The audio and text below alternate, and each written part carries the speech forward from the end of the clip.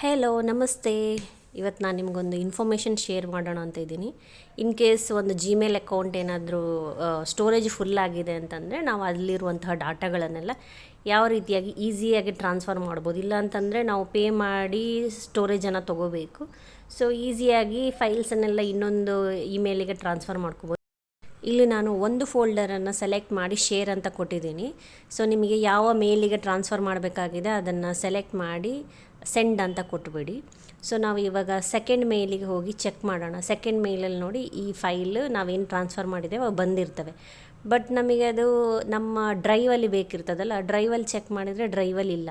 So shared with ಮೀಯಲ್ಲಿ check ಮಾಡಿದರೆ ಅಲ್ಲಿರ್ತವೆ. ಆದರೆ ನಮಗೆ ನಮ್ಮ ಡ್ರೈವಲ್ಲಿ ಸೇವ್ ಆಗಿರಬೇಕಲ್ಲ, ನೆಕ್ಸ್ಟ್ ಫ್ಯೂಚರಿಗೆ ಬೇಕಾಗಿರೋದು. ಸೊ ದ್ಯಾಟ್ ನಾವು ಅದನ್ನು ಇನ್ನೊಂದು ಸಲ ಫಸ್ಟ್ ಮೇಲಿಗೆ ಹೋಗಿ ಅಲ್ಲಿ ಎಡಿಟರ್ ಅಂತೇಳಿದ್ದದನ್ನು ಟ್ರಾನ್ಸ್ಫರ್ ಓನರ್ಶಿಪ್ ಅಂತೇಳಿ ತೊಗೋಬೇಕು. ಇಲ್ಲಿ ನೋಡಿ ನಾನು ಫಸ್ಟ್ ಮೇಲಲ್ಲಿ ಟ್ರಾನ್ಸ್ಫರ್ ಓನರ್ಶಿಪ್ ಅಂತ ಕೊಟ್ಟಿದ್ದೀನಿ. ಸೊ ಈಗ ಇನ್ನೊಂದು ಸಲ ಸೆಕೆಂಡ್ ಮೇಲಿಗೆ ವೆರಿಫಿಕೇಷನ್ ಹೋಗಿರ್ತದೆ. ಸೊ ನಾವು ಆ್ಯಸೆಪ್ಟ್ ಅಂತ ಕೊಟ್ಟುಬಿಡಬೇಕು. ಸೊ ಇದಾದಮೇಲೆ ನಾವು ಸೆಕೆಂಡ್ ಮೇಲಿಗೆ ಹೋಗಿ ಚೆಕ್ ಮಾಡೋಣ. ಇಲ್ಲಿ ನೋಡಿ ಸೆಕೆಂಡ್ ಮೇಲಲ್ಲಿ ಇನ್ವಿಟೇಷನ್ ಟು ಫಾರ್ ಓನರ್ಶಿಪ್ ಅಂತೇಳಿ ಬಂದಿದೆ. ಸೊ ಅದನ್ನು ಆ್ಯಸೆಪ್ಟ್ ಅಂತ ಕೊಟ್ಟು ಈಗ ನಾವು ನಮ್ಮ ಡ್ರೈವಿಗೆ ಹೋಗಿ ಚೆಕ್ ಮಾಡಿದರೆ ಹಳೆ ಡ್ರೈವಲ್ಲಿ ಕೂಡ ಆ ಫೈಲ್ ಹಾಗೇ ಇದೆ. ಸೆಕೆಂಡ್ ಮೇಲಲ್ಲಿ ಕೂಡ ಈಗ ನಾವು ನಮ್ಮ ಡ್ರೈವಿಗೆ ಬಂದು ಸೇವ್ ಆಗಿದೆ. ಸೊ ಇದು easy method for the transfer of the folders.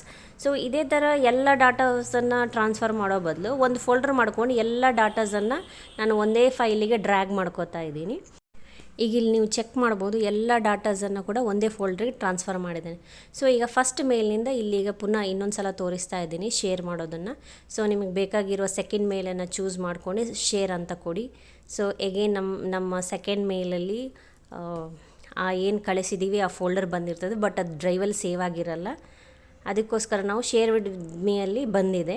So ಇನ್ನೊಂದು ಸಲ ಫಸ್ಟ್ ಮೇಲಿಗೆ ಹೋಗಿ ಶೇರ್ ಅಂತ ಕೊಟ್ಟು ಅದನ್ನು ಟ್ರಾನ್ಸ್ಫರ್ ಟು ಓನರ್ಶಿಪ್ ಅಂತ ಕೊಡಿ. ಸೆಕೆಂಡ್ ಮೇಲಿಗೆ ವೆರಿಫಿಕೇಷನ್ ಬಂದಿದೆ ಈಗ ಇನ್ನೊಂದು ಸಲ.